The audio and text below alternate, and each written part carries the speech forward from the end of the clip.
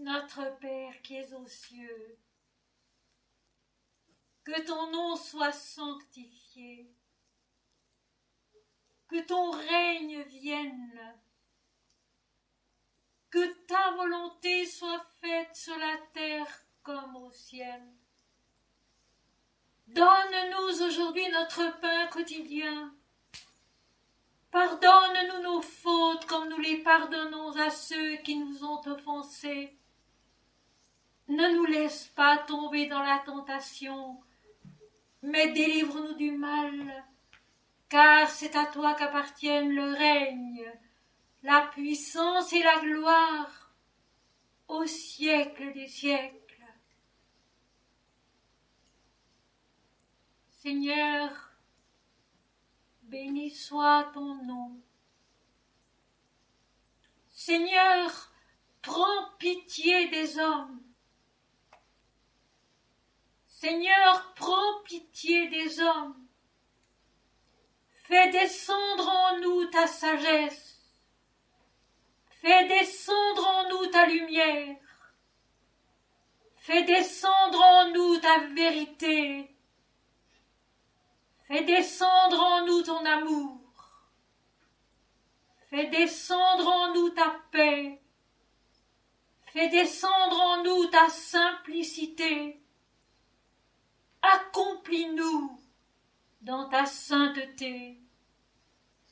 Gloire à Dieu au plus haut des cieux, et paix sur la terre parmi les hommes en tout lieu.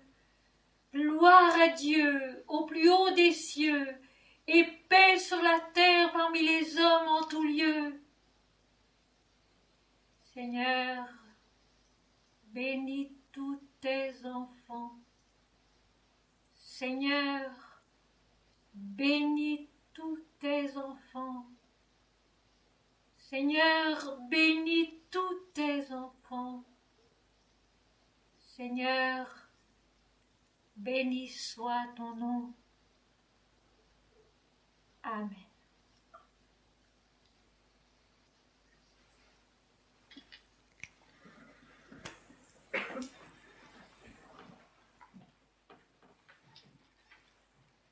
Mes très chers amis, Seigneur, merci. Seigneur, merci. Seigneur, merci de nous accorder une fois de plus la grâce de nous trouver ensemble ici pour chanter ton nom, pour écouter ta parole, pour essayer d'apprendre à vivre un peu mieux ta grâce, ta miséricorde, ta sagesse et ta vérité. Merci à vous tous qui êtes venus et que la bénédiction du Seigneur, que la lumière de l'Esprit nous accorde leur grâce, leur bénédiction, leur beauté. Parce que ce qui est tragique,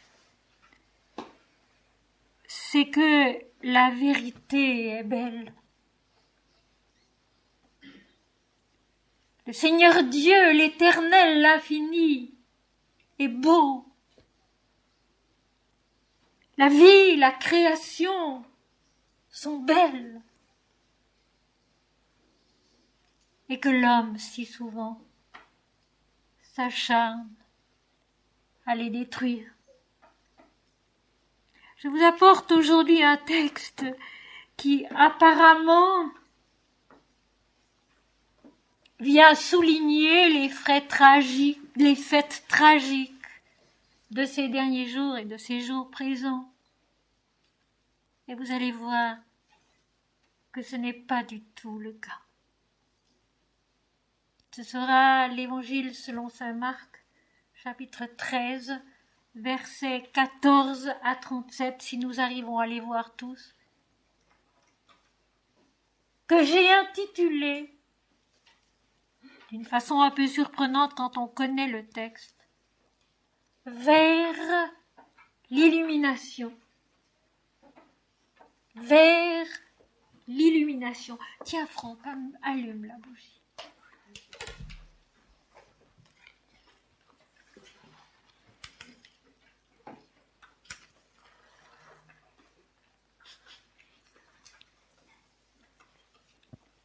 Merci.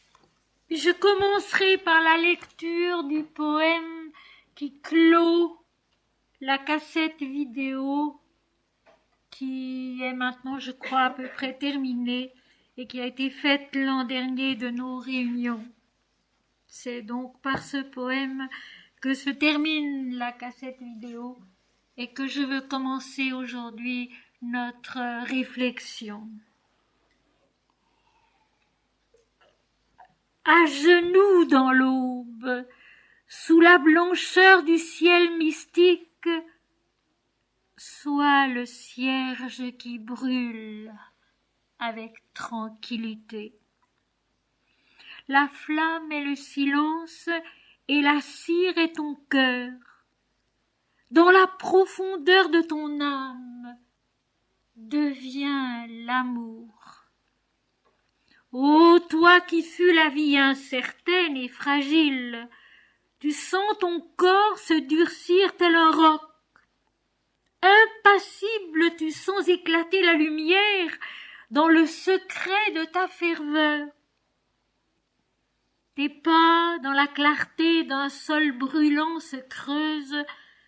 Tu vas sur le chemin des enfants radieux. Une oraison t'habite et le Seigneur te guide. Deviens l'autel de vérité. Tu te tairas désormais sur la place. Parmi les hommes agités, tu te tairas. Et élevant vers le ciel ton visage d'aurore, tu sentiras le souffle heureux des anges sur ton front. Tu toucheras le jour de tes mains pures. Tu boiras l'eau d'une source d'azur. Ton corps léger frôlant la mort croira saisir le manteau d'un ami. Ignorant les combats où la détresse crie, tu souriras la nuit aux épines des bois. Tu béniras la soif qui dessèche ta gorge. Tu donneras ton pain aux chiens qui pleurent. Tu marcheras longtemps sans lassitude. Le temple qui t'attend est encore loin, mais la distance est courte. Tu rêves sur la route ô merveilleux éveil de ton âme. Tu n'attends pas le jour, tu ne crains pas la nuit, tu vis silencieux sur la terre d'amour. Plus rien ne peut changer pour toi. Tu es cela qui tout contient sereinement. Et dans ton voyage immobile, tu possèdes l'immensité. Tu es cela qui tout contient sereinement. Et dans ton voyage immobile, tu possèdes l'immensité. À genoux dans l'aube, sous la blancheur du ciel mystique, sois le cierge qui brûle avec tranquillité. La flamme est le silence et la cire est ton cœur. Dans la profondeur de ton âme devient l'amour. Une oraison t'habite et le Seigneur te guide. Deviens l'autel de vérité. Deviens l'amour. Deviens l'autel de vérité. Et puis un tout petit passage de l'exégèse spirituelle. Que de saints, depuis l'apôtre Jean, ont vu le Christ, et jamais de la même manière. Que de saints, depuis l'apôtre Jean, ont vu le Christ, et jamais de la même manière. C'est du fond de leur foi, de leur amour, de leur nostalgie souvent douloureuse, de leur obstination à poursuivre la route de la félicité spirituelle, que l'apparition surgit, en harmonie avec la maturité de leur âme et les capacités de leur intelligence, adaptées aussi au temps et à l'attente précise du temps individuel et universel où elle se manifeste. La révélation unique et indivisible est illimitée, inépuisable en l'infinie richesse de ses possibilités et de ses aspects. Elle est comme la luxuriance infatigable de la terre, sa force créatrice jamais tarie, comme la joie de la pensée et la ténacité du cœur dont l'énergie renaît incalculablement. Je répète parce que c'est très important. Que de saints, depuis l'apôtre Jean, ont vu le Christ, et jamais de la même manière. C'est du fond de leur foi, de leur amour, de leur nostalgie souvent douloureuse, de leur obstination à poursuivre la route de la fidélité spirituelle que l'apparition surgit, en harmonie avec la maturité de leur âme et les capacités de leur intelligence, adaptées tout aussi bien à l'attente précise du temps individuel et universel où elle se manifeste. La révélation unique est indivisible et illimitée, inépuisable en l'infinie richesse de ses possibilités et de ses aspects. Elle est comme la luxuriance infatigable de la terre, sa force créatrice jamais tarie, comme la joie de la pensée et la ténacité du cœur dont l'énergie renaît incalculablement. Et donc, nous allons cet après-midi ensemble essayer de voir Jésus.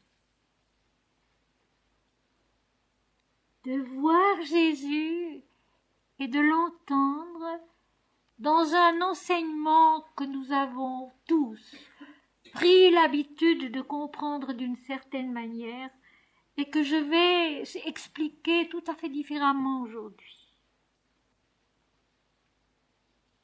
Avec pour titre « Vers l'illumination ».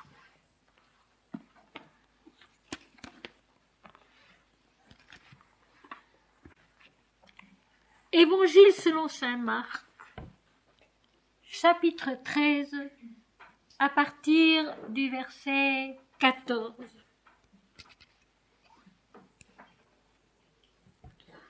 Lorsque vous verrez l'abomination de la désolation établie là où elle ne doit pas être, entre parenthèses, que celui qui lit fasse attention. Alors que ceux qui seront en Judée fuient dans les montagnes. Je m'arrête là, je continuerai le texte après.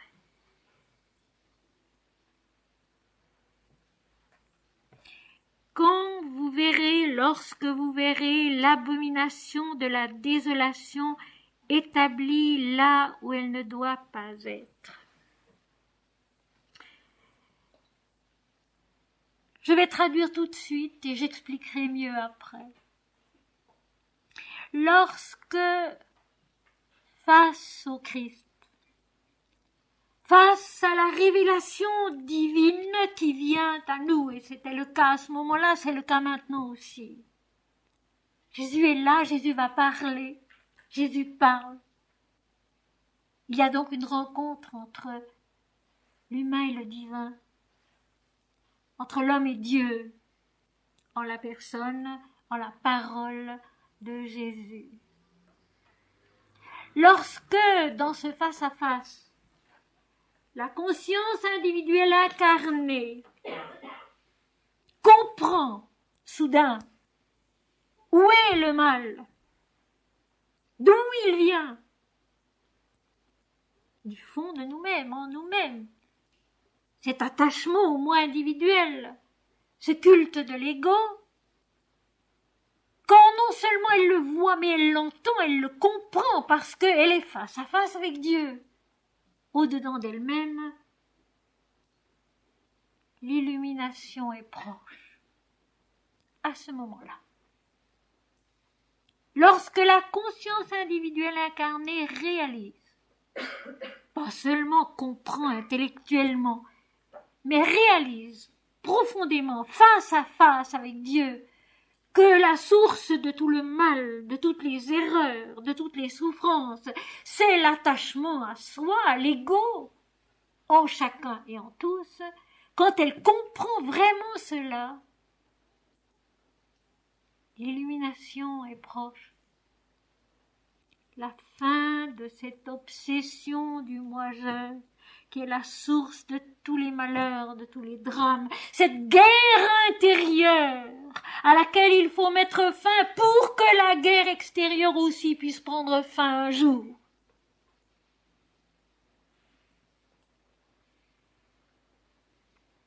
Et Jésus, dans les termes employés, va très bien, va très loin.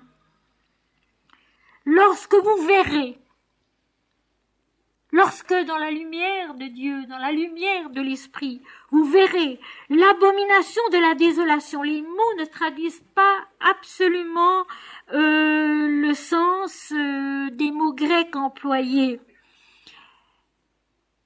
L'abomination, c'est plutôt l'oppression, la contrainte. Et la désolation, c'est le désert, le vide. Donc, quand vous verrez la contrainte du moi individuel, le vide qu'il provoque dans la pensée, dans les actes, dans la vie, établi là où elle ne doit pas être. Ça, ce sont des mots qui sont très importants. Cette erreur de compréhension, cet attachement à soi, dans une conscience qui est née de Dieu, faite de la lumière, cette erreur, ce mensonge, ce mal établi là où il ne doit pas être. C'est-à-dire en nous. C'est-à-dire dans notre pensée, dans notre cœur, dans notre âme, dans notre esprit. Cet égoïsme, cet orgueil, qui n'ont pas leur place dans la conscience de l'homme. Parce que la conscience de l'homme, c'est l'image de Dieu. Parce que le moi individuel de l'homme, c'est l'image de Dieu. C'est la toute lumière de l'esprit. Donc, quand cette erreur, cette oppression, cette limite, cette restriction, cette petitesse vide, ce désert qui s'établit là où il ne doit pas être, dans la pensée de l'homme, dans la conscience de l'homme, dans l'âme de l'homme qui contient Dieu, qui est né de Dieu, faite pour grandir en Dieu et se connaître, s'accomplir en Dieu. Toute cette erreur, tout cet égoïsme, tout cet orgueil qui n'ont pas leur place dans la pensée de l'homme. Et puis alors, entre parenthèses, que celui qui lit fasse attention. Alors là aussi, la traduction ne peut pas rendre tout à fait le grec. Celui qui lit, c'est celui qui lit et qui connaît à fond. Donc, qui n'a pas seulement survolé en lisant vite, mais qui connaît à fond, de anagignosko, qui connaît à fond.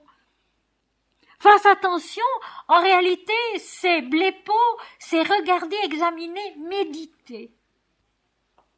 Donc, que celui qui lit et qui connaît à fond, médite. se recueille et essaye de comprendre avec son âme, avec la lumière de l'esprit, au fond tout simplement ce que sainte Thérèse d'Avila appelait l'oraison. Les écritures sacrées qui ont besoin de beaucoup d'oraison pour être comprises, c'est ça. Que celui qui lit, qui connaît à fond, parce qu'il a lu et relu, fasse attention, c'est-à-dire médite. Toujours, mes amis, toujours ce chemin de l'accomplissement.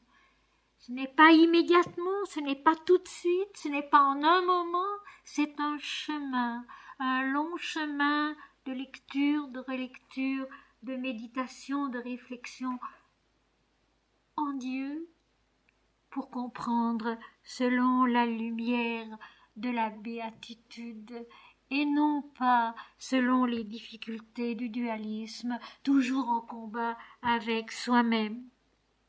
Alors, la réponse vient tout de suite, que ceux qui seront en Judée fuient dans les montagnes. Le mouvement vers le haut, c'est tout de même merveilleux, parce que, si vous voulez, les mots, le texte, le sens concret du texte peut rester assez bas, il y a quand même ce mouvement vers le haut. Quand vous prendrez conscience de l'erreur, de sa nature et de l'endroit où elle se trouve et où elle ne doit pas être, que faut-il faire? Monter. Que faut-il faire? Monter. Et quand les textes sacrés disent monter, c'est toujours monter vers le ciel de la vision, de la révélation, c'est toujours monter vers la lumière, vers le commencement du jour, c'est toujours monter vers Dieu. Et la montagne, dans les textes sacrés, est un terme éminemment mystique.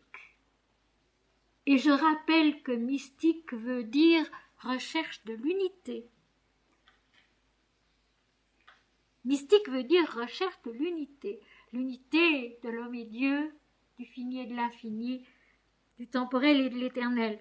Donc, ce terme de montagne qui revient souvent comme marché, comme d'autres expressions toutes simples, éminemment mystique, la montagne c'est un sommet, une ascension vers un peu plus de vérité, vers un peu plus de compréhension divine, vers un peu plus, je dirais aussi, de compréhension humaine juste. Parce que l'homme qui connaît Dieu se connaît soi-même aussi. En connaissant Dieu, on connaît l'homme. Donc ce sommet, cette montagne permet à la fois d'être dans la contemplation du ciel, de la lumière, mais aussi dans le regard qui redescend sur la terre, sur les hommes, et de les comprendre mieux du haut de l'intelligence du ciel. Ça va toujours ensemble. Il n'y a pas de plus grande erreur que de penser que la vie spirituelle est une fuite, loin de la vie terrestre, loin de la vie humaine, au contraire. Au contraire. Je l'ai dit déjà, je le répète volontiers, les mystiques sont les plus réalistes des créatures. Les mystiques sont les plus réalistes des créatures, qui voient l'homme en Dieu et qui comprennent par conséquent l'homme beaucoup plus loin, beaucoup plus profondément, beaucoup plus véritablement que les autres. Parce que c'est en recevant du ciel la lumière de l'amour, la sagesse de la vérité, qu'en regardant la terre du haut de la montagne de l'esprit, d'un sommet, ça n'est pas forcément le plus haut, mais d'un sommet de l'esprit, l'homme devient capable de comprendre l'homme mieux aussi. De même qu'un médecin qui a étudié, qu'un psychiatre, qu'un psychologue qui a étudié comprend sans doute un peu mieux le mécanisme des mouvements internes en l'homme, de même le mystique qui s'est uni à Dieu connaît mieux l'humanité. Donc, lorsqu'on a vu où se situait le mal, où il ne doit pas être, l'erreur d'appréciation, le fait d'être centré sur soi, le culte de l'ego, l'égoïsme et l'orgueil, une chose à faire, monter. Monter plus haut. Peut-être seulement d'un petit pas, suivi d'un autre petit pas, suivi d'un troisième petit pas, d'un quatrième petit pas, où on s'efforce de répéter « Non pas moi Seigneur, mais toi, toi seul ». Et il se trouve que dans ce « Non pas moi Seigneur, mais toi, toi seul », il y a en même temps l'ascension intérieure vers la lumière et la descente en l'homme, avec une plus grande compréhension, avec un amour plus vrai, avec un peu plus de sagesse. Donc, que celui qui lit fasse attention, médite, réfléchisse, en retenant bien l'écriture. Ça, c'est intéressant, cette parenthèse. Que celui qui lit et relit et qui comprend à fond, qui sait à fond, réfléchisse. C'est donc un chemin, un cheminement, un temps nécessaire. Alors que ceux qui sont en Judée, donc dans la plaine, fuient dans les montagnes. Monte vers Dieu. Montez vers Dieu. Mon Seigneur et mon Dieu, remplis s'il te plaît toute la place. Mon Seigneur et mon Dieu, remplis s'il te plaît toute la place. Cette place où l'extrême dégradation de l'égoïsme et de l'orgueil n'ont pas lieu d'être. Non pas moi Seigneur, mais toi, toi seul. Que celui qui sera sur le toit de la maison ne descende pas et n'entre pas pour prendre quelque chose dans sa maison. Ça aussi, je trouve que c'est merveilleux. Je trouve que c'est merveilleux. Bien sûr qu'on peut ne comprendre que sur le plan matériel. La fuite de celui qui abandonne tout parce que le danger est proche, il laisse sa maison, il laisse ce qu'il y a dedans, etc., etc. Non. Il faut faire attention aux mots. Que celui qui est sur le toit, donc déjà à une certaine altitude, déjà sous le ciel, en train de regarder le ciel peut-être, déjà sous le ciel, quand on est sur le toit, sous la lumière du ciel, ne descendent pas. Ne descendent pas dans la maison pour aller chercher quelque chose. Ne redescendent pas vers les possessions matérielles, vers des objets qui concernent la personne individuelle, vers des choses qui ont de l'importance sur le plan terrestre, mais plus du tout quand on s'élève, quand on monte vers l'illumination. Que celui qui est sur le toit, qui est déjà sous le ciel, ne descende pas, ne rentre pas dans l'apparence, dans l'importance du moi individuel et de la matière. Ne redescende pas vers le sentiment de la possession. N'oublions pas que quand on analyse un petit peu le mot Satan, qui vient de Baal Zébul, qui veut dire le possesseur. Satan, c'est le possesseur. Donc ne redescendent pas vers la possession, vers la notion de la personne et de sa possession, mais montent vers le devenir, l'être.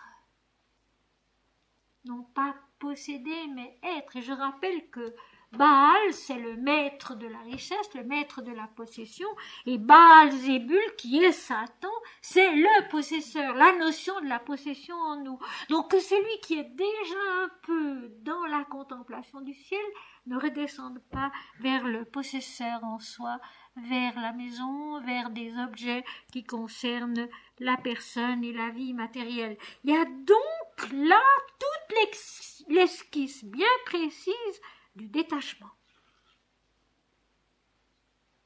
Du détachement de soi dans les choses. Du détachement de soi dans la possession, dans les choses.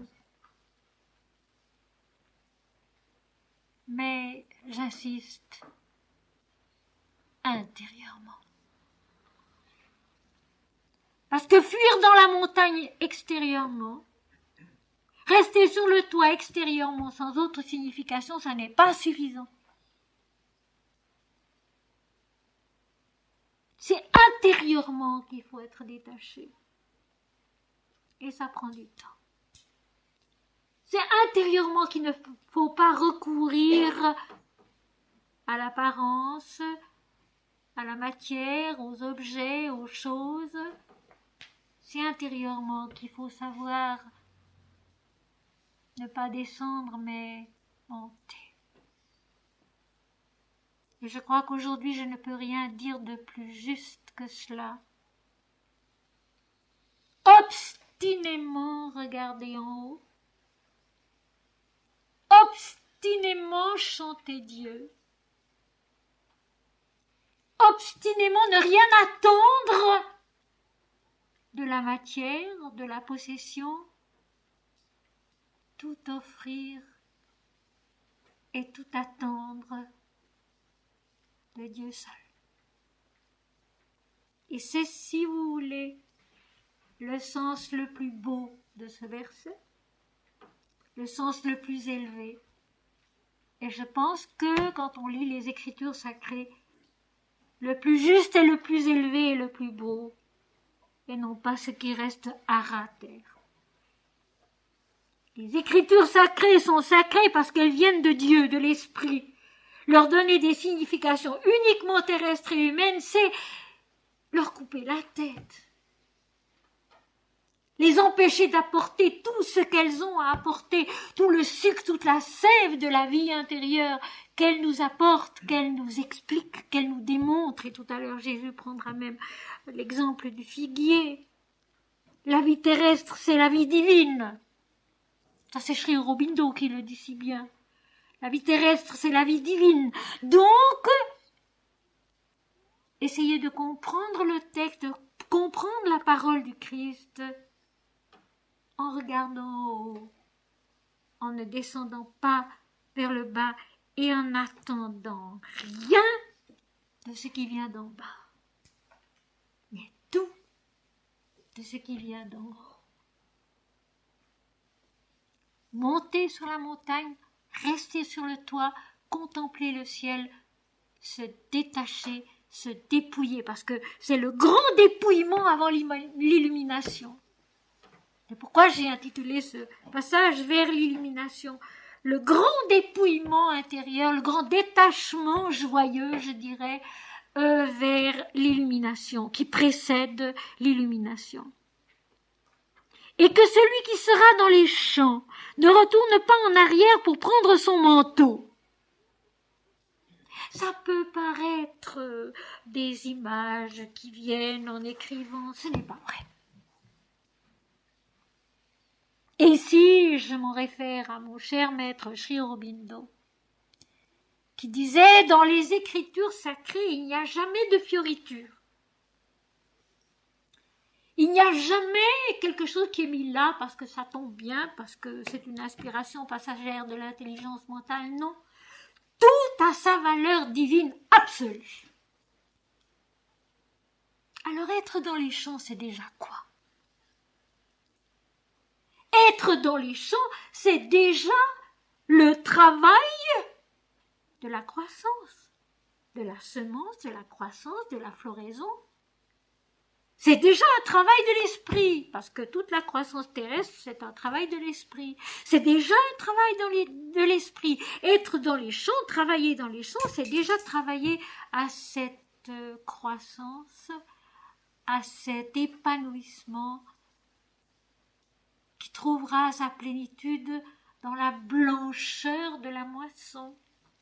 un terme de l'évangile selon saint Jean, chapitre 4. Dans la blancheur de la moisson. Et la blancheur, c'est la nature divine. Dans la blancheur de l'illumination, de la vision divine, de la connaissance de l'esprit. Donc que celui qui travaille déjà dans le champ de la croissance, dans le champ de l'illumination, ne revienne pas en arrière. Le texte aurait pu dire « ne retourne pas chez soi ». Mais le texte dit bien « ne revienne pas en arrière, ne retourne pas en arrière ». Donc ne redescendent pas vers des plans de conscience et de vision inférieurs. Ne reviennent pas en arrière. Ne reviennent pas en arrière pour prendre son manteau, pour se vêtir encore de l'apparence concrète, pour se protéger encore avec un élément inférieur. Que celui qui est déjà dans le travail, dans le mouvement de la croissance, et la croissance elle est toujours divine, qu'elle soit terrestre, qu'elle soit spirituelle, elle est toujours divine. Ne retourne pas en arrière chercher une protection, un manteau concret, mais continue à avancer. En avant, toujours en avant. Au bout du tunnel, il y a la lumière. Au bout du combat, il y a la victoire. Au bout de l'amour, il y a Dieu. Donc ces trois éléments, celui qui est dans la plaine doit monter sur la montagne, celui qui est sur le toit doit y demeurer et continuer à regarder le ciel, et que celui qui travaille dans les champs ne revienne pas en arrière, mais reste dans ce travail des champs, dans cette croissance intérieure qui est toujours divine, toujours spirituelle. Un enfant qui grandit, mes amis, c'est un travail de l'esprit. Une moisson qui mûrit, c'est un travail de l'esprit. La vie ne serait pas sans l'esprit. Le travail des champs, c'est le travail du champ qu'est notre conscience, notre cœur, notre intelligence, notre âme, notre esprit.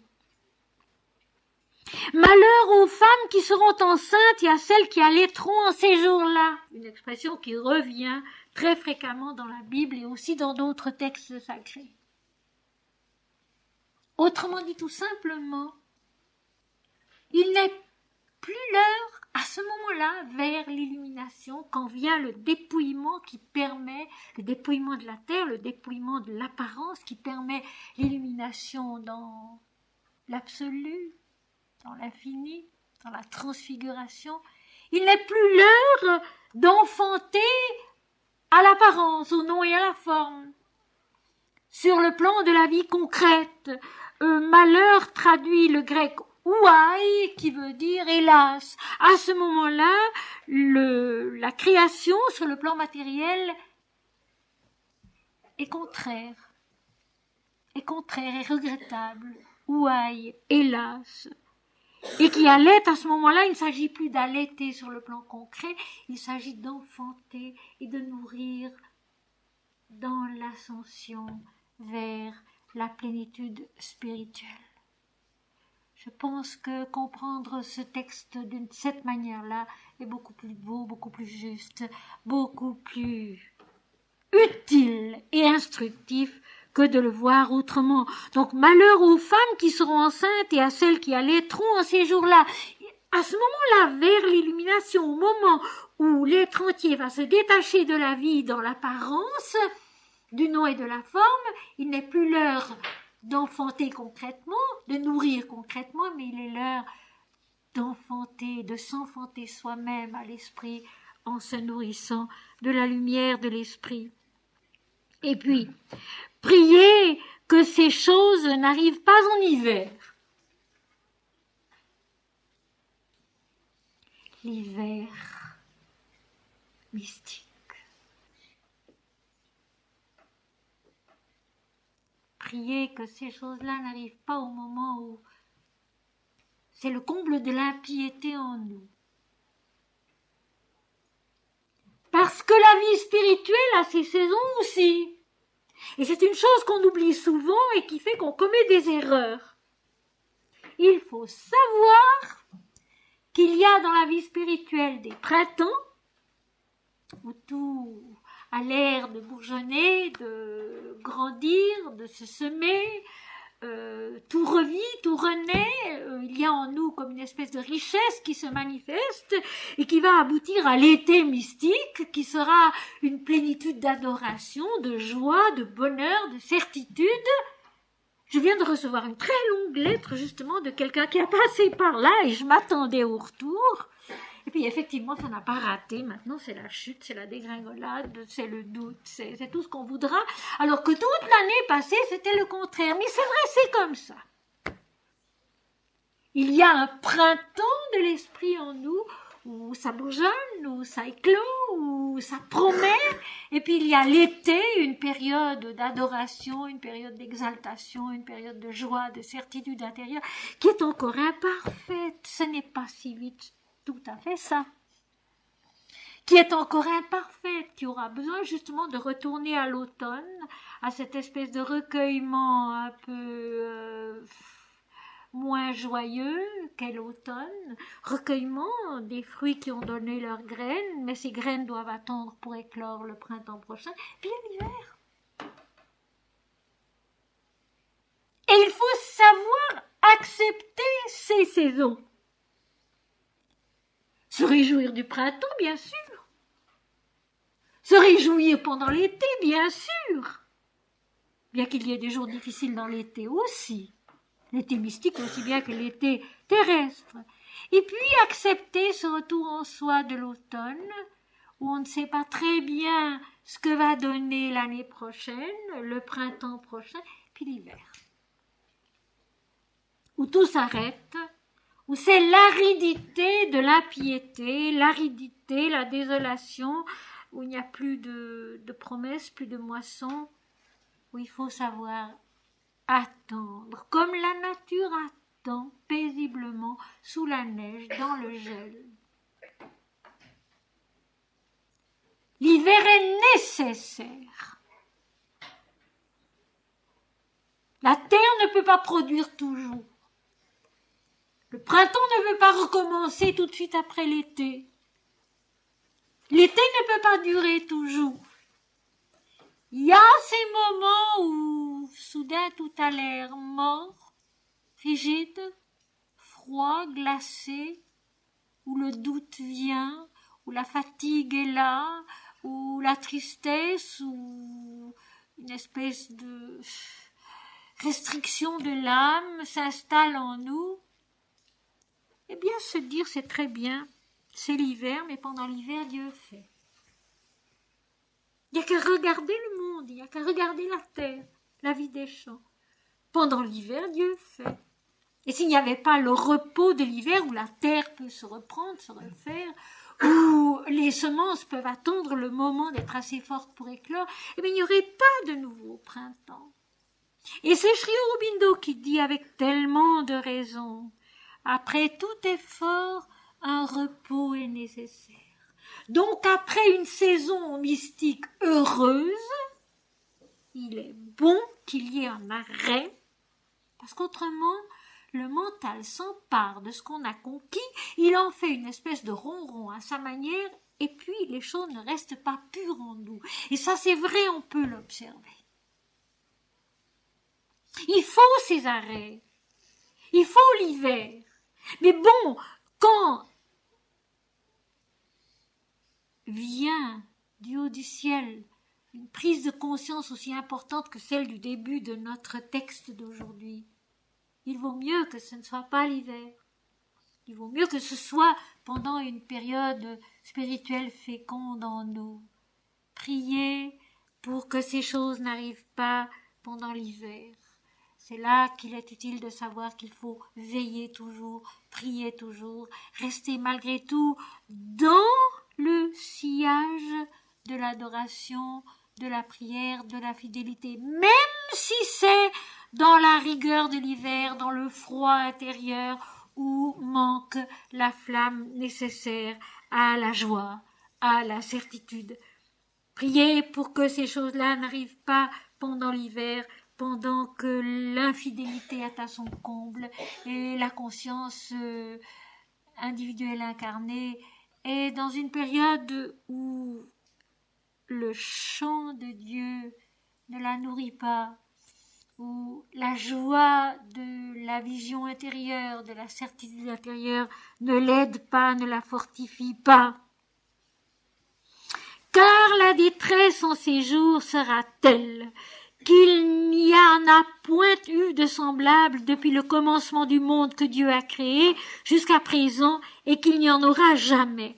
Et je vous rappelle à ce propos une parole tout à fait semblable qui se trouve au chapitre 16, verset 18 de l'Apocalypse, où il est aussi question, à partir de ces chapitres-là, de la prise de conscience de la nature du mal, qui est le fait d'être centré sur soi, l'égoïsme et l'orgueil. Il y aura des éclairs, des voix, des tonnerres et un grand tremblement de terre tel qu'il n'y en avait jamais eu depuis que l'homme est sur la terre, un aussi grand tremblement de terre. Eh bien, c'est exactement le même type de parole, le même type de phrase. Car la détresse, le dépouillement en ces jours-là sera tel qu'il n'y en a point eu de semblable depuis le commencement du monde que Dieu a créé jusqu'à présent et qu'il n'y en aura jamais. Rassurez-vous, il ne s'agit pas de catastrophe.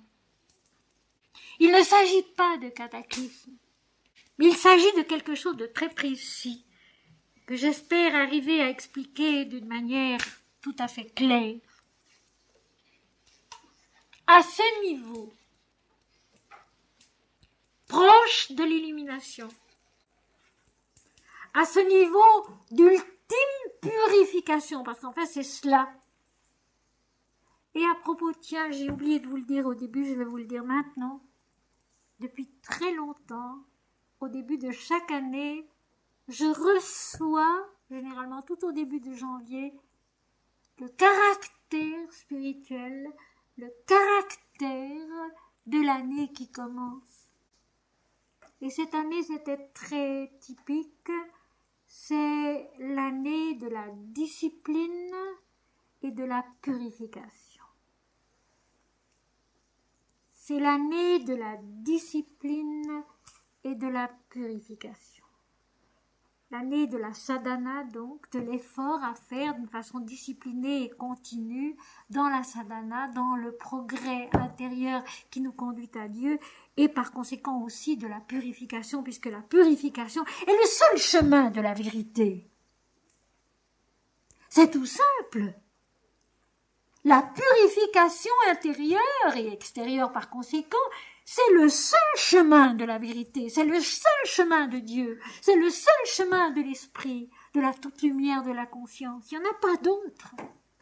Sri Aurobindo le dit, la partie la plus difficile mais la plus importante de ce yoga intégral, c'est Shuddhi, la purification.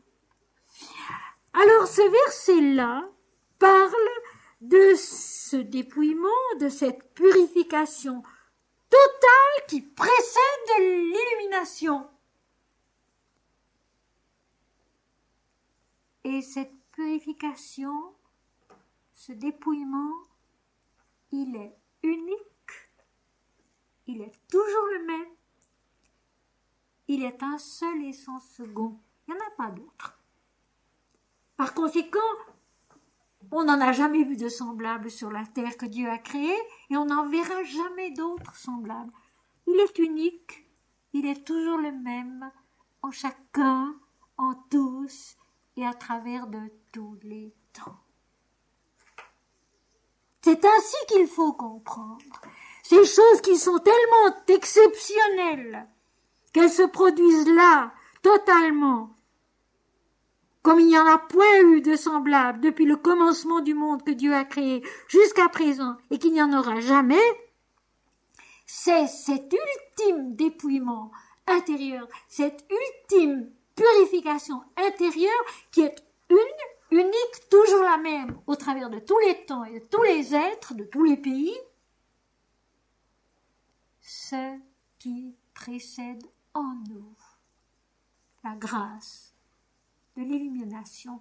Et je m'empresse de dire que cette détresse, ce dépouillement, cette purification absolue, c'est une délivrance. Ce n'est pas une catastrophe, ce n'est pas un cataclysme, ce n'est pas un drame ou une tragédie, c'est une délivrance. Délivrance de soi, délivrance du moi-je avec toutes ses complications, ses difficultés, ses combats. Donc, cet ultime dépouillement, cette ultime détresse, qui ne doit pas venir en hiver, bien sûr. Il vaut mieux qu'elle vienne à un moment où la conscience, au contraire, est pleine d'amour pour Dieu et ardente de sa dévotion, de son adoration, de sa contemplation divine. Bien sûr, ça vaut mieux. Mais elle peut venir aussi en plein hiver, et le Seigneur transforme l'hiver en chaleur. Elle peut venir aussi en plein hiver, et le Seigneur, dans sa miséricorde, transforme l'hiver en chaleur. Ça existe aussi. Ces moments où on a l'impression qu'en nous, toute certitude, toute joie divine a disparu parce qu'on est accablé par beaucoup de choses, et puis tout d'un coup, ça revient, et c'est une illumination. Ça, c'est vrai, ça existe aussi. Mais enfin, cette purification, ce dépouillement qui, en effet, devrait plutôt venir à un moment d'intense adoration, d'intense amour, d'intense sadhana, discipline et purification. Il n'est pas exceptionnellement épouvantable, il est simplement unique et il est un, toujours le même, à travers tous les temps, en tous les hommes, en chacun et en tous, et il est une délivrance. La délivrance du moi-je. Et si le Seigneur n'avait abrégé ces jours, personne ne serait sauvé. Mais il les a abrégés à cause des élus qu'il a choisis. Là aussi, il faut comprendre selon l'immensité indivisible de l'esprit et non pas selon notre mentalité dualiste qui ne comprend pas l'unité.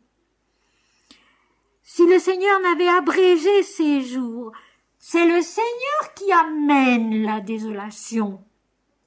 C'est le Seigneur qui donne le dépouillement, qui donne la délivrance, qui donne la purification. Ce n'est pas nous-mêmes. C'est le Seigneur qui donne, qui descend en nous, sur nous, qui donne le dépouillement, qui donne la purification, la délivrance. C'est aussi lui qui l'abrège, qui l'arrête, parce qu'il faut que la vie continue. Et ici, entre parenthèses, je rappelle vite l'histoire de la forêt de Kandava, à laquelle le feu avait été mis.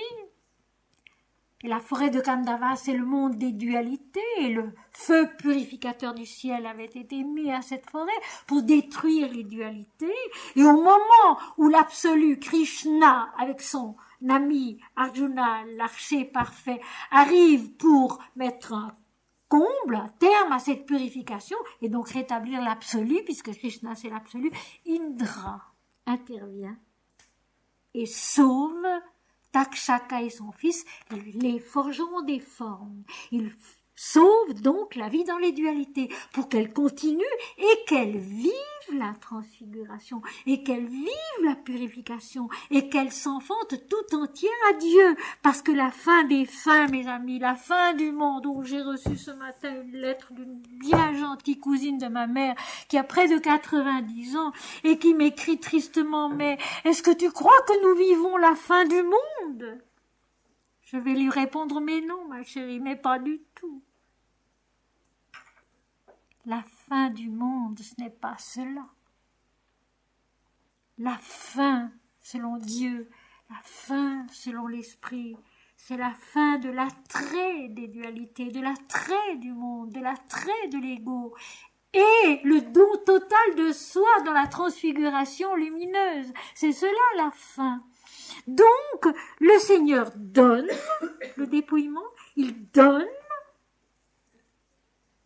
la purification, la libération de l'ego, mais il la donne jusqu'à un certain point pour que la création entière puisse réaliser la même plénitude de l'illumination. Donc il l'abrège, il la donne et il l'abrège. C'est Dieu qui fait. C'est Dieu qui donne, c'est Dieu qui abrège, c'est Dieu qui fait.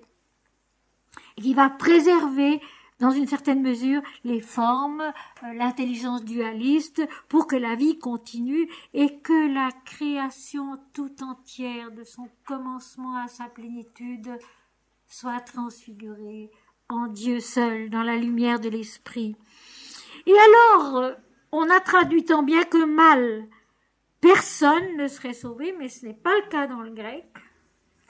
Le grec, c'est, de façon un peu inhabituelle, sarx, la chair. Donc, d'une façon impersonnelle, la matière de l'apparence.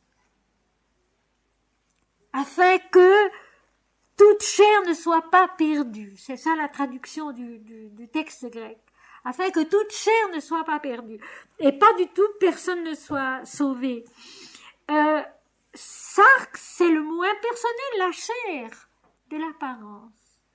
Afin que toute la chair, toute l'apparence, dans les dualités, dans la vie sur la terre, ne soit pas perdue, qu'il y en ait une partie qui soit sauvée, exactement comme dans la forêt de Kandava, avec l'intervention du dieu Indra, Indra qui est le mental illuminé, le mental qui se souvient qu'il est né de Dieu, qu'il est l'image de Dieu.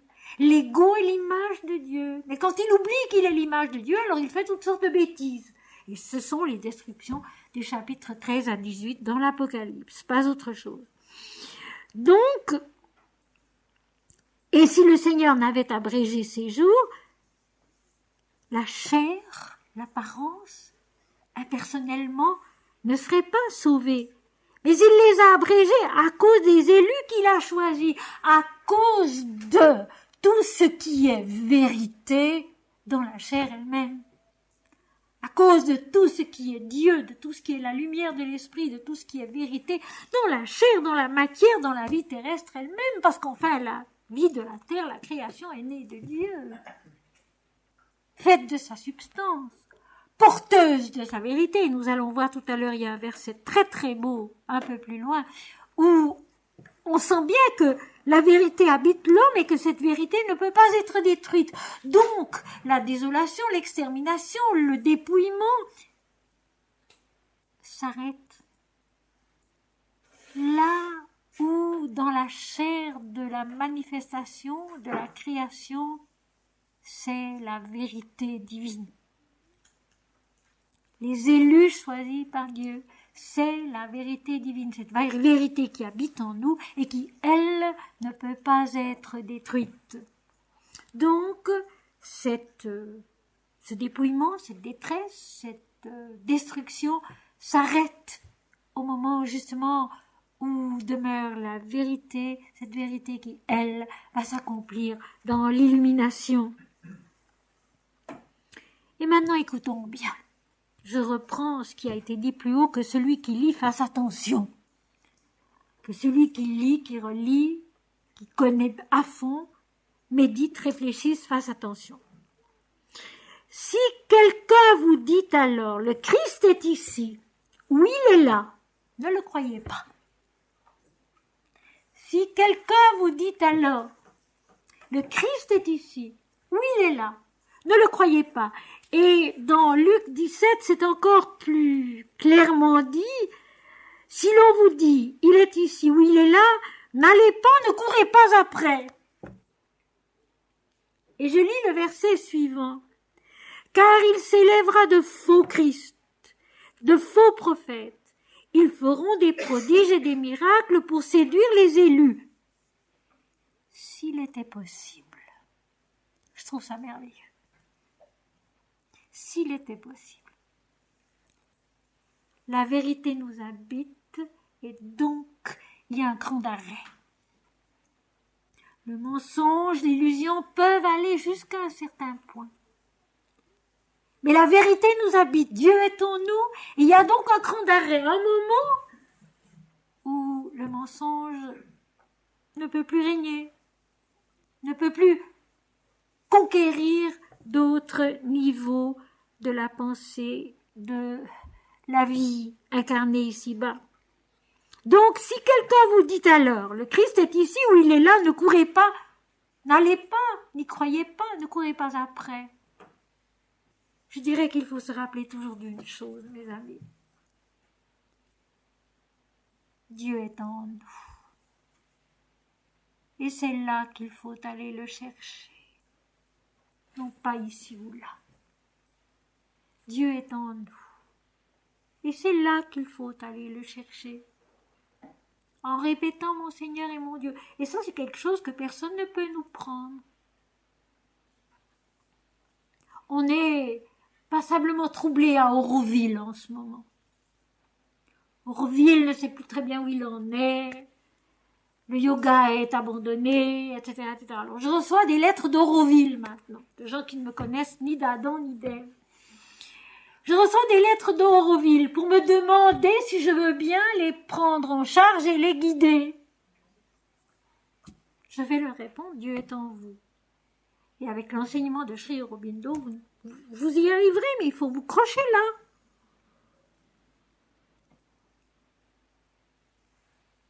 Si on vous dit Christ est ici, Christ est là, ne le croyez pas, ne courez pas après. Dieu est en nous. Jésus est en nous. Et c'est là qu'il faut le chercher. C'est là que les saints l'ont tous cherché, ce que je lisais tout à l'heure, dans mon exégèse spirituelle de la Bible. C'est là qu'il faut le chercher, c'est là qu'il sera vrai. Si nous sommes sincères, si nous sommes vrais, c'est là qu'il sera vrai. C'est en nous, c'est pas en courant à gauche et à droite, soi-disant, après des faux prophètes et des faux Christ. Alors, le verset suivant, car il s'élèvera de faux Christ et de faux prophètes, ils feront des prodiges et des miracles pour séduire les élus, s'il était possible. Enfin, on reviendra là-dessus. Une chose encore très importante, ces faux Christ et ces faux prophètes, ils sont d'abord en nous. Ils ne sont pas quelque part dans le monde, ils sont d'abord en nous et nous ne croirons en eux que si nous sommes nous-mêmes au-dedans de nous-mêmes un faux prophète et un faux Christ. Toutes nos idées fausses sur Dieu, toutes nos croyances infantiles sur la vie spirituelle, sur Dieu, sur le Christ, dont nous faisons quelqu'un d'absolu, en qui seul serait le salut. C'est des faux Christ et des faux prophètes, mais en nous-mêmes. Les prophètes de l'Éternel, les vrais prophètes de l'Éternel, ce ne sont pas seulement Isaïe, Jérémie, Daniel, que sais-je, Habacuc et les autres. C'est nous. Le prophète de Dieu, il est en nous. Parce que prophémie veut dire parler au nom de Dieu. Parler au nom d'eux, devant. Et le dictionnaire ajoute lui-même spécialement au nom des dieux. Le prophète, il est en nous. Mais il devient aussi facilement un faux prophète. S'illusionnant, affirmant sur Dieu des choses qu'il ne sait pas, qu'il n'a pas vécues, qu'il n'a pas vues. Toutes nos fausses idées, parce que Dieu est tellement autre chose que tout ce que nous pouvons nous imaginer. Tant que nous vivons dans la dualité, ça c'est la Bhagavad Gita au chapitre 4 qui le dit très bien, tant que nous vivons dans la dualité mentale, nous ne pouvons pas avoir une idée juste de Dieu, parce que Dieu c'est l'unité. Et nous interprétons Dieu à la mesure de nos connaissances dualistes, relatives, du nom et de la forme. Dieu est cela qu'on trouve au fond de soi quand tout le reste a été dépassé. Dieu est autre chose, tout autre chose, et doit rester l'inconnu, l'imprévisible,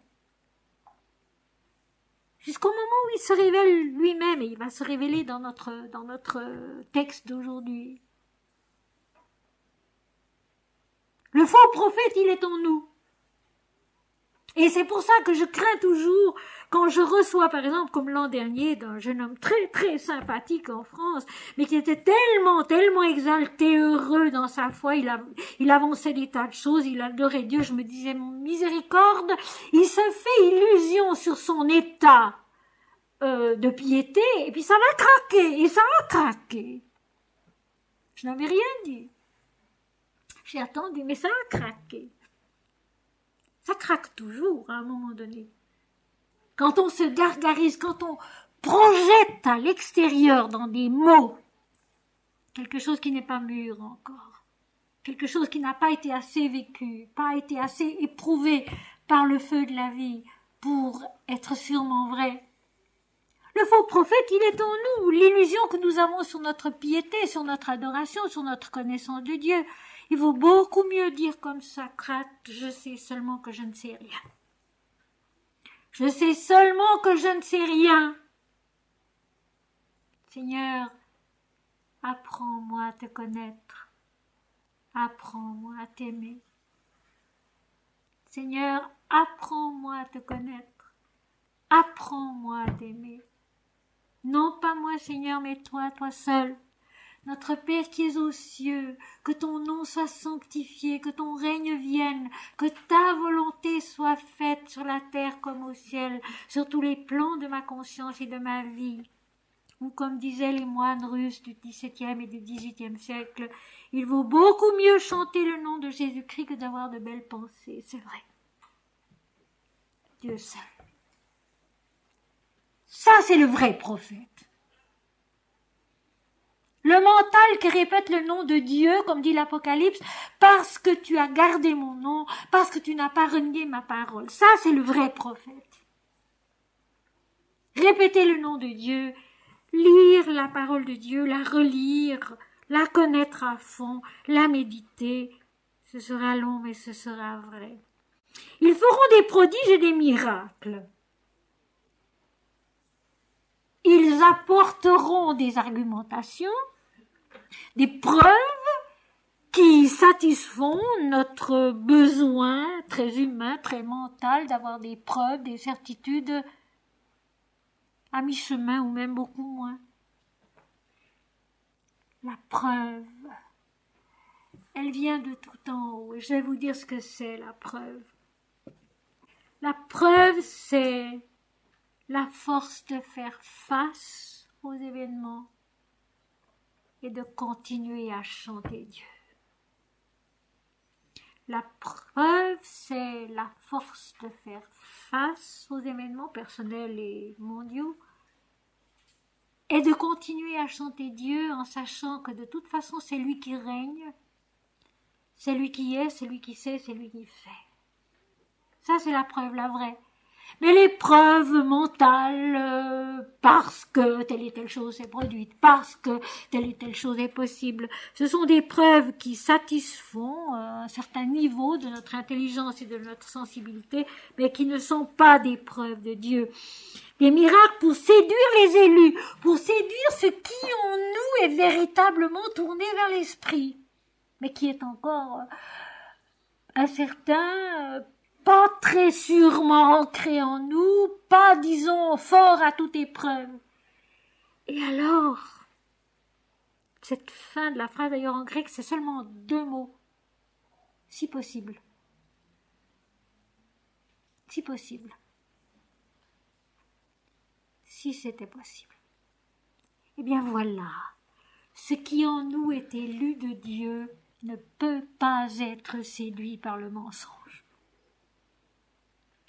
Et c'est une chose dont il faut se rappeler. Il y a en nous la vérité, elle nous habite.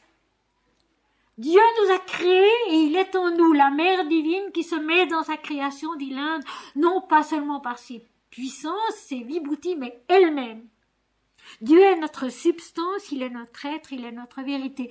Donc la vérité est en nous et cette vérité ne peut jamais être atteinte et séduite par le mensonge. Elle est un point et tout.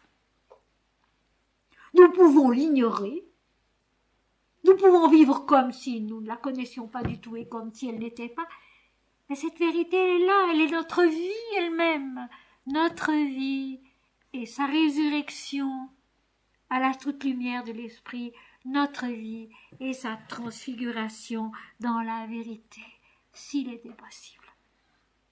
Et séduire ses élus, s'il était possible. Je vous dis le numéro du verset pour que vous puissiez le retrouver. C'est le verset 22 du chapitre 13 de Saint Marc. Pour séduire les élus, s'il était possible.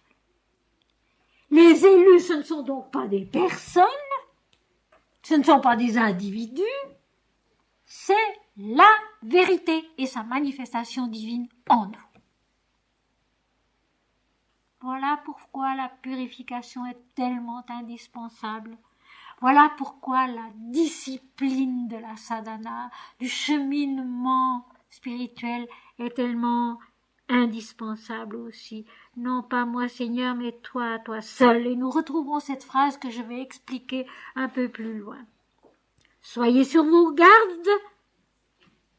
Je vous ai tout annoncé d'avance. Ça aussi c'est merveilleux. Le soyez sur vos gardes, c'est de nouveau le verbe blepo qui veut dire au fond plutôt voir, regarder, examiner. Donc, regardez, observez, examinez avec votre intelligence qui est l'intelligence de la vérité. Et puis alors, je vous ai tout annoncé d'avance. Je ne veux pas dire, je vous ai tout prédit pour que vous reconnaissiez les événements quand ils arriveront. Je suis en vous, le commencement de la création, donc la vérité divine. Est-ce que ce n'est pas beaucoup plus beau? Je suis en vous, le commencement de la création, donc la vérité divine. Jésus le dit ailleurs, en vérité, je vous le dis, avant qu'Abraham fût, je suis. Père, tu m'as aimé avant la fondation du monde. J'étais avant, je suis avant. Je suis la vérité en vous, avant toute autre chose. Et au-delà de tout le chemin, l'alpha et l'oméga, le commencement et la fin qui sont un, et le chemin de la vérité qui est l'agneau en Dieu, en nous. L'agneau qui grandit en Dieu, en nous. Regardez, observez, examinez, restez éveillés, tout à l'heure ce sera dit, et d'ailleurs le grec le dit aussi très clairement. Je vous ai tout annoncé d'avance. Je suis en vous le commencement de la création, la vérité qui ne s'altère jamais, qui ne se laisse jamais séduire par le mensonge. Ce cran d'arrêt, je dirais, qui fait qu'à certains moments donnés, nous disons non. Ce n'est pas cela. Ce n'est pas vrai. Dieu est autre chose. Apprends-moi, Seigneur, à t'aimer. Apprends-moi à te connaître. Et j'ajoute ceci, qui est un conseil tout simple. Rappelons-nous. L'humilité conduit à la connaissance. L'orgueil engendre le mensonge. C'est tout simple et c'est vrai. L'humilité conduit à la connaissance. L'orgueil engendre le mensonge. Mais, dans ces jours, après cette détresse, le soleil s'obscurcira, la lune ne donnera plus sa lumière, les étoiles tomberont du ciel et les puissances qui sont dans les cieux seront ébranlées. Ça, c'est une phrase qu'on retrouve plusieurs fois dans l'Ancien Testament, dans les évangiles et surtout dans l'Apocalypse. Et elle veut dire quoi? Quelque chose de très simple et de très clair et de pas du tout effrayant. Tous les luminaires de la dualité perdent de leur importance. Le soleil relatif du jour, opposé à la nuit, disparaît. La nuit relative de la lune, par opposition au jour, disparaît. La dualité disparaît, l'attrait de la dualité, la domination de la dualité, jusque dans le cosmos, disparaît en nous. Le ciel s'obscurcit, le soleil s'obscurcit, la lune, elle aussi, s'obscurcit, et les étoiles tombent. Toutes les supériorités de l'esprit dans la relativité tombent, disparaissent, perdent leur importance. Le dépouillement a eu lieu, la purification a eu lieu, une certaine ascension a eu lieu, et maintenant, c'est vraiment toute la puissance de la dualité qui disparaît. On remonte, si vous voulez, au commencement, avant la création, avant que soient le soleil, la lune et les étoiles. Et toutes les puissances qui sont dans les cieux seront ébranlées. C'est-à-dire tout ce qui était valable pour notre pensée, notre conscience, notre vie ici-bas, soudain, perd de sa valeur, perd de son importance. C'est vraiment le renversement de l'échelle des valeurs où l'invisible devient plus réel que le visible. C'est exactement ça. Et c'est une phrase qui revient, je vous dis, plusieurs fois dans l'Ancien Testament, chez les prophètes, dans le Nouveau Testament, dans les évangiles et puis surtout dans l'Apocalypse. C'est le renversement des valeurs dans la conscience qui est ébranlé, secoué, le bouleversement intérieur qui vient de la puissance de l'esprit qui descend dans la conscience et qui maintenant permet la vision. Le dépouillement sur le plan individuel, sur le plan humain, la purification. Maintenant, c'est l'apparence cosmique qui elle-même perd son importance. Et tout de suite, au verset suivant, c'est l'illumination. C'est l'illumination. Alors, on verra le Fils de l'homme venant sur les nuées avec une grande puissance et avec gloire, c'est-à-dire avec vérité, puisque le mot grec est doxa, qui veut dire le jugement juste, le jugement vrai, la vérité. Tout de suite, sans intermédiaire, c'est l'illumination. L'homme dépouillé de soi, détaché de l'importance même cosmique de la création dans les dualités, est capable maintenant de voir Dieu, et il le voit.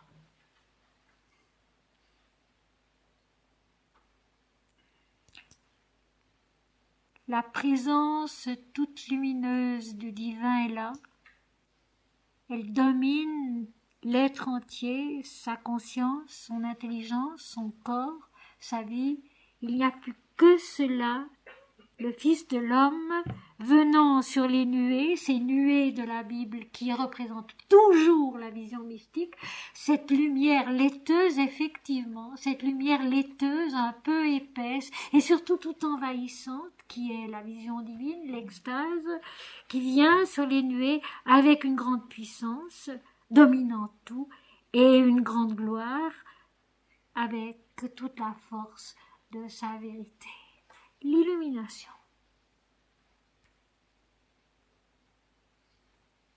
Non plus les formes de la terre, non plus les attraits même du ciel, du soleil, de la lune et des étoiles, non plus les noms qui passent, non plus les apparences, les aspects qui changent, qui disparaissent, mais Dieu, Dieu seul, surtout, mes amis, ineffaçablement.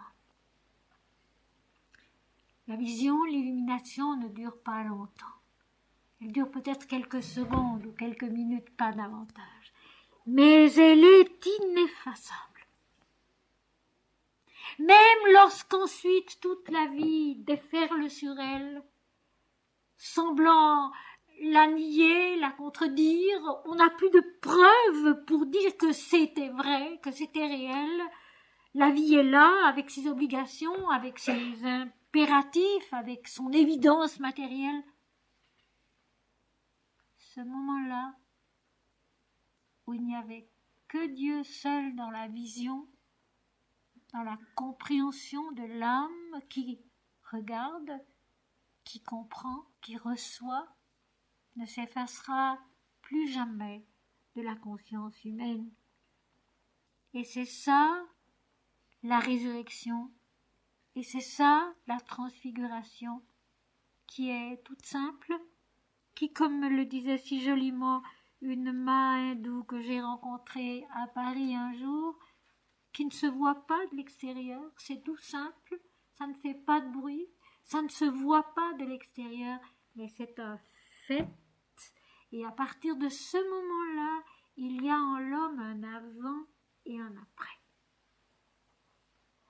À partir de ce moment-là, il y a en l'homme un avant et un après. Un après qui ne se démentira plus jamais.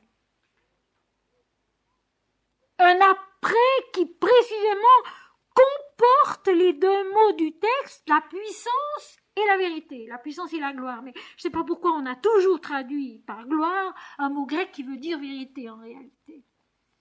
La puissance et la vérité. La vision, bien sûr, qui passe, qui ne dure pas, mais qui laisse dans la conscience incarnée la puissance et la vérité, ou si vous voulez, la puissance de la vérité. Il y a un avant et un après qui ne se dément plus jamais. Vous voyez que ce n'est pas forcer le texte que de dire que tout ce qui a été raconté avant, c'est le chemin qui monte vers l'illumination. La voilà l'illumination, et l'illumination que chacun connaîtra un jour. Quelle que soit sa nationalité, quel que soit son credo, quel que soit ce qu'il a appris avant, les chemins qu'il a parcourus avant, un beau jour l'homme connaît Dieu. Et quand il connaît Dieu, Dieu c'est pas du tout ce qu'il a appris avant.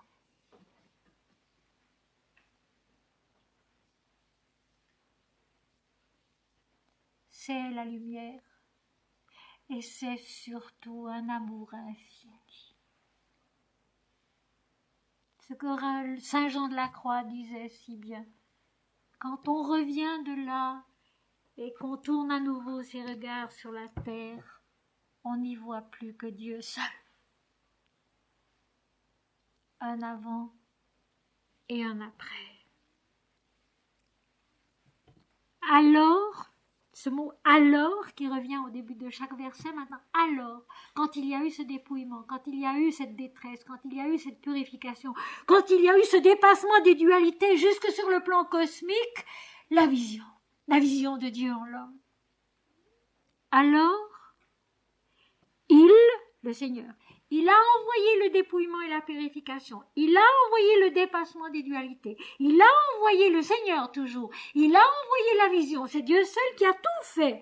Alors maintenant, il enverra les anges. Et il rassemblera les élus des 4 vents de l'extrémité de la terre jusqu'à l'extrémité du ciel. Tout d'un coup, c'est la plénitude, c'est l'unité. Et ça aussi, nous le trouvons dans l'Apocalypse.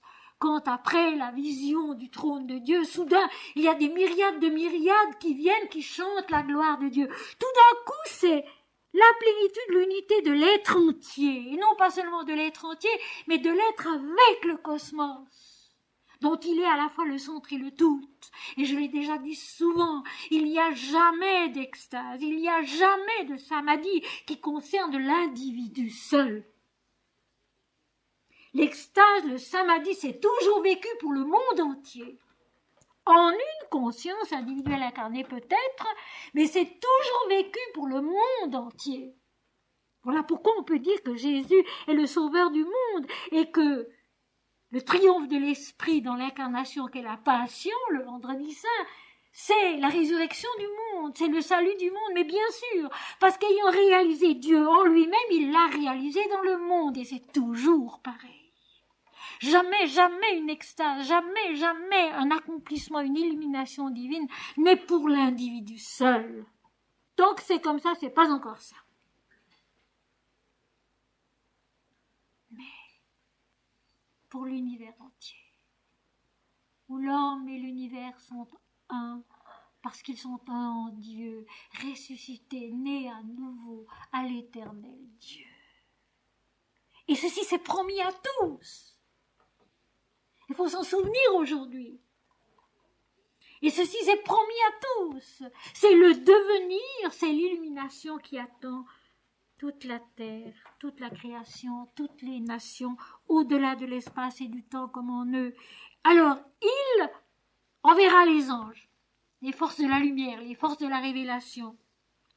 Il rassemblera ses élus, les forces de la vérité qui sont partout en nous et dans le monde, des quatre vents, c'est-à-dire des quatre plans de la création, le physique, le vital, le mental et le spirituel. De l'extrémité de la terre à l'extrémité du ciel. Et là, je voudrais lire, parce que c'est l'explication, dans Luc 17, verset 24, « Car comme l'éclair qui resplendit et brille d'une extrémité du ciel à l'autre, ainsi sera le Fils de l'homme en son jour, en sa vérité. » Tout d'un coup, tout est un, tout est Dieu. Immensément, totalement, inaltérablement, immuablement. Tout d'un coup, tout est un, tout est Dieu. Toutes les forces lumineuses de l'esprit, de la vérité qui se révèlent dans l'être entier des quatre vents, des quatre plans de la création, de l'extrémité de la terre, donc du plus bas jusqu'au plus haut, aux extrémités du ciel. Tout est un et tout est Dieu.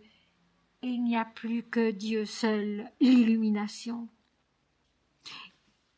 Et comme toujours, sans transition, nous redescendons sur la terre. Je trouve ça tellement beau parce que c'est aussi tellement vrai. Ce que Saint Jean de la Croix dit aussi, quand on revient de là et qu'on regarde à nouveau la terre, on n'y voit plus que Dieu seul. C'est vrai.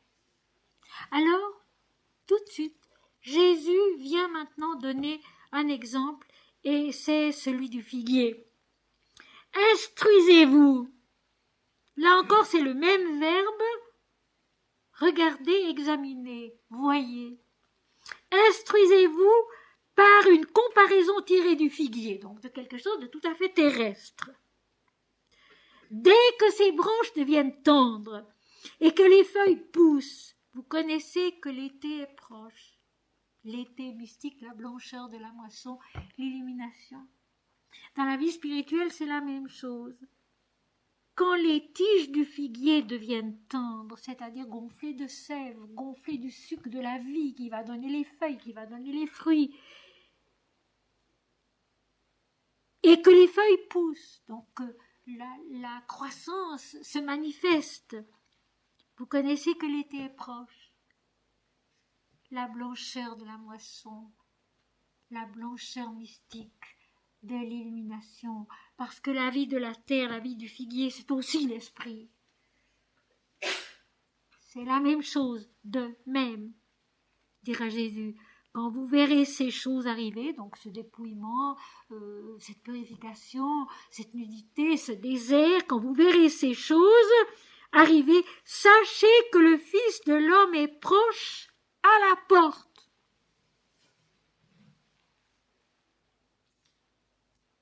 Ce que j'ai dit en commençant, quand la conscience individuelle incarnée dans sa méditation, dans sa recherche de Dieu, dans son amour de Dieu, reconnaît la nature du mal et son lieu où il ne doit pas être, c'est-à-dire dans notre propre conscience, dans notre intelligence, dans notre cœur, dans notre pensée, alors l'illumination est proche.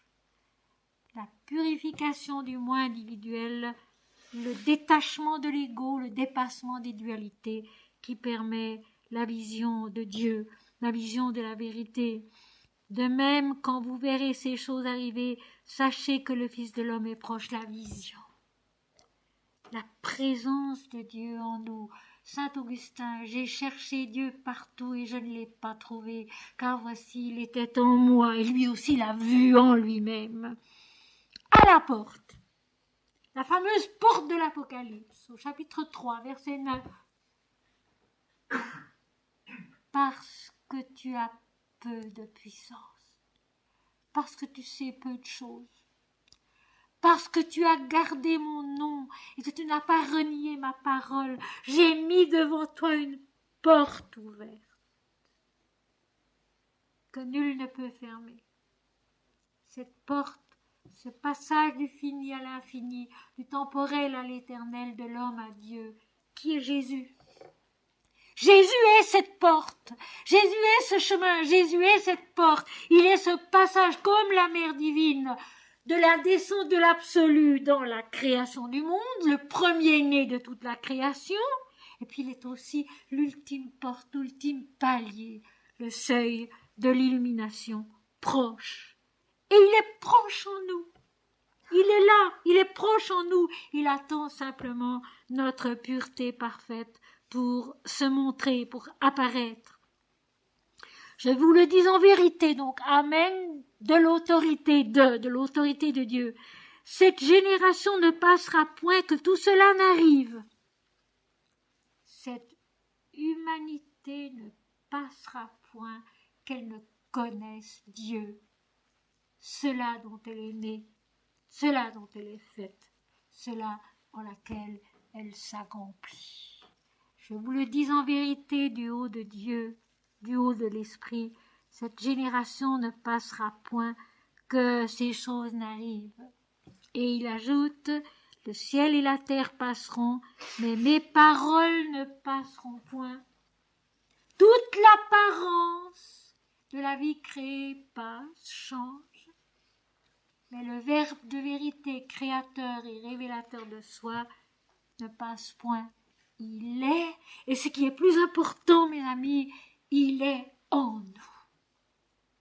Il est en nous. Il n'est pas seulement comme ça, il est en nous. Cette vérité qui ne peut pas être atteinte, qui ne peut pas être détruite. Et maintenant, le verset suprême de ce passage, immensément grand, juste et riche d'enseignements, le verset 32. Pour ce qui est du jour ou de l'heure, personne ne le sait. Écoutons bien. Je reprends ce qui a été dit au verset 14. Que celui qui lit fasse attention. Écoutons bien. Personne ne le sait, ni les anges dans le ciel, ni le Fils, mais le Père seul. Il y a beaucoup de niveaux de compréhension dans ce verset, mais il est absolument extraordinaire et il est capital. Alors, attention tous les gens qui savent.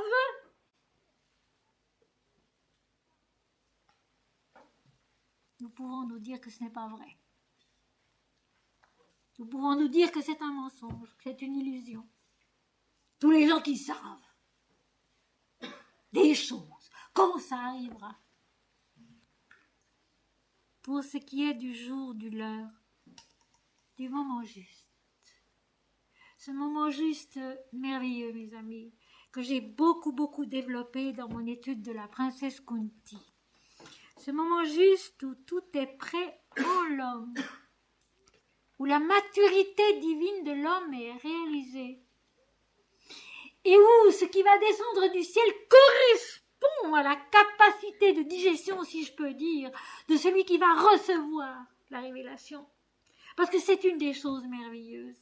Le Seigneur se révèle, mais il se révèle à la mesure de nos forces. Il ne vient pas au-delà de ce que nous pouvons supporter, au-delà de ce que nous pouvons comprendre, au-delà de ce que nous pouvons recevoir, au-delà de ce que nous pouvons vivre. Et ça, je trouve que c'est merveilleux. Le Tout-Puissant, l'Éternel Dieu, l'immensité, se révèle, mais à la mesure où nous pouvons comprendre. Et c'est pourquoi mon petit passage là, dans l'exégèse de la Bible, est tellement juste, si l'on veut. Que de saints depuis l'apôtre Jean ont vu le Christ, et jamais de la même manière. Chacun comme il pouvait, chacun comme il avait grandi, selon sa maturité, et aussi selon le besoin de la terre. La terre, à notre époque, a besoin de comprendre Jésus autrement qu'il y a 2000 ans. Autrement. Et je dirais une chose. Jésus n'est pas ressuscité. Je répète, Jésus n'est pas ressuscité. Tant que nous l'enfermons dans l'histoire, dans un nom et une forme déterminée, il est seulement ressuscité lorsque, selon l'enseignement de l'Apocalypse, qui montre tout le cheminement de la purification et de l'illumination, il est né en nous à son nom nouveau. Ce nom nouveau, je cite l'Apocalypse, qui n'est jamais dit. Et je lui donnerai mon nom nouveau. Ce nom nouveau qui est l'éternel Dieu, car Christ est l'éternel Dieu et rien d'autre. Mais que nous devons vivre en nous-mêmes. Passer au-delà de l'adoration du visage, de l'image aimable, et entrer dans l'immortalité qui n'a aucune limite, aucune fin, qui est une, qui est la plénitude de la lumière, sans aucun visage, sans aucun nom, sans aucune image. Jésus n'est pas ressuscité tant que nous l'enfermons dans l'histoire, dans un visage, dans un nom et une forme, et qu'il n'est pas né en nous, à celui qui vaincra. Et ce vaincra, c'est toujours l'ego, le moi individuel, à celui qui vaincra. Je ferai de lui une colonne dans le temple de mon Dieu, il n'en sortira plus, c'est-à-dire un pilier de la vérité, il n'en sortira plus. J'écrirai sur lui le nom de mon Dieu, de la Jérusalem nouvelle qui descend de Dieu, d'auprès de Dieu, avec la gloire de Dieu. Et mon nom nouveau, ce nom nouveau qui n'est jamais dit, ce nom nouveau qui est la révélation de Christ en nous, la résurrection de Jésus en nous. L'heure et le jour, effectivement, nous ne les connaissons pas et nous ne devons pas les connaître. Parce que alors là, je cite Mahananda Mahi qui dit que même la vraie méditation, elle vient toujours d'une manière inattendue de Dieu seul. Ce n'est pas l'homme par ses techniques ou ses efforts ou tout ce que vous voudrez qui y arrive, c'est Dieu qui donne. L'homme s'y prépare par sa piété maladroite, mais c'est Dieu qui donne. Quand il estime que c'est le jour, que c'est l'heure. Pour ce qui est du jour ou de l'heure, nul ne le sait, ni les anges du ciel, ni les lumières de l'esprit qui nous viennent et qui nous instruisent, qui nous guident. Ni le Fils, ni même le commencement de la création de Dieu, la première différenciation, mais Dieu seul, le Père seul. Alors, mes amis, à quoi sert-il de chercher des maîtres, de chercher des guides, de chercher des explications techniques sur la façon de connaître Dieu et de monter vers l'illumination? Elle est en nous, elle nous attend en nous, et c'est Dieu seul qui sait quand il est l'heure pour nous. Elle est en nous, elle nous attend en nous, et c'est Dieu seul qui sait quand il est l'heure pour nous, et j'ajouterai pour nous et pour le monde. Parce que l'illumination n'est pas donnée pour quelqu'un en particulier, elle est donnée pour le monde. Parce que le monde en a besoin. Si un individu la vit, c'est parce que le monde en a besoin. C'est pas pour lui.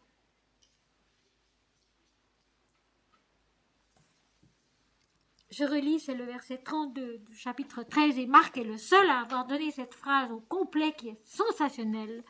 Pour ce qui est du jour ou de l'heure, personne ne le sait, ni les anges du ciel, ni le Fils, mais le Père seul, Dieu seul.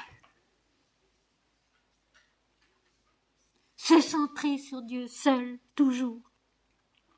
Bon, la suite, elle est très importante, mais je ne crois pas que je vais pouvoir vous la détailler comme j'aurais voulu. Je veux quand même vous la lire. Je la détaillerai une autre fois.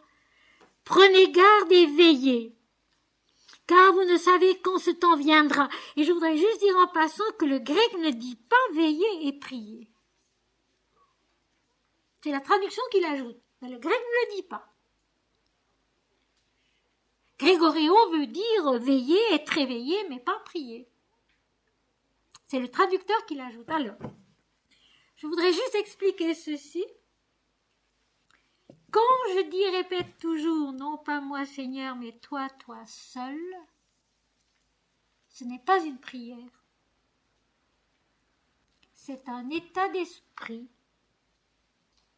C'est une attitude intérieure profonde, devenue naturelle et vraie de plus en plus, qui détermine tout le reste. C'est une attention tournée vers Dieu, veiller, mais il n'est pas dit prier. La prière aide, certes, mais la prière c'est encore autre chose. La prière aide, elle est importante, c'est sûr, mais dans le cas particulier, il n'est pas dit prier. Prenez garde, blépo toujours, regardez, examinez, voyez, observez, soyez attentifs, veillez, soyez éveillés, éveillés à l'esprit. Non pas moi Seigneur, mais toi, toi seul. C'est une attitude intérieure tournée vers Dieu, vers la lumière. C'est un état d'esprit disposé à recevoir quelque chose du haut de Dieu. Car vous ne savez quand ce temps viendra. Vous ne savez rien du tout. Vous ne savez quand ce temps viendra. Il viendra de l'autorité de Dieu, de la sagesse de Dieu. Il en sera comme d'un homme qui, partant pour un voyage, laisse sa maison, remet l'autorité à ses serviteurs, indique à chacun sa tâche et ordonne au portier de veiller. Alors ce maître de la maison, c'est Dieu, qui donne sa richesse à l'homme, qui lui laisse toute sa richesse, sa substance, et qui donne à chaque élément en nous, à chaque degré de la conscience et de la vie, son rôle et sa tâche, mais tous sont les serviteurs de Dieu, ou comme dit si bien Rabindranath Tagore, nous sommes les serviteurs de l'esprit. Ces serviteurs qui chacun ont leur rôle exact, leur tâche particulière, indiquent à chacun sa tâche, à l'ego la sienne, qui est de se souvenir de Dieu et d'instruire les éléments inférieurs de la création, de se souvenir de Dieu. Et puis, il ordonne au portier de veiller. Alors le portier, c'est l'esprit, qui veille à ce qui entre et ce qui sort. Le portier qui veille à ce qui entre et ce qui sort. Ce qui doit entrer, c'est Dieu, c'est la lumière, c'est l'esprit. Ce qui sort doit être l'offrande à Dieu, à l'esprit, et pas autre chose.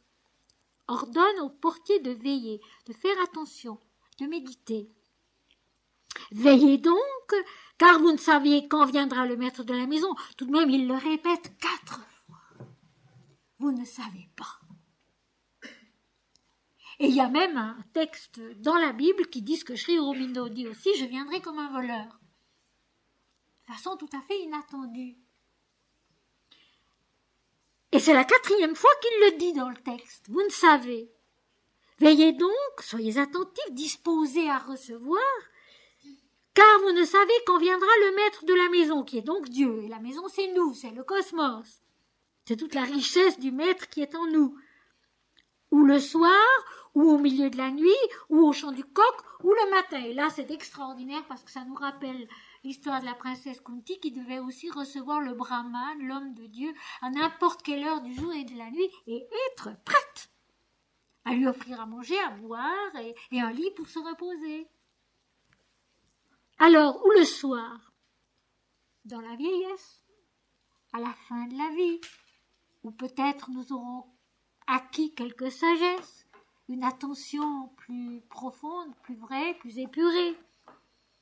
Ou le soir, ou au milieu de la nuit, le milieu de la nuit, dans l'obscurité de l'infidélité totale, dans l'obscurité de l'oubli de Dieu, ou au chant du coq, au petit matin, ou après la journée de travail, la nuit de sommeil, la conscience se réveille et s'éveille à Dieu.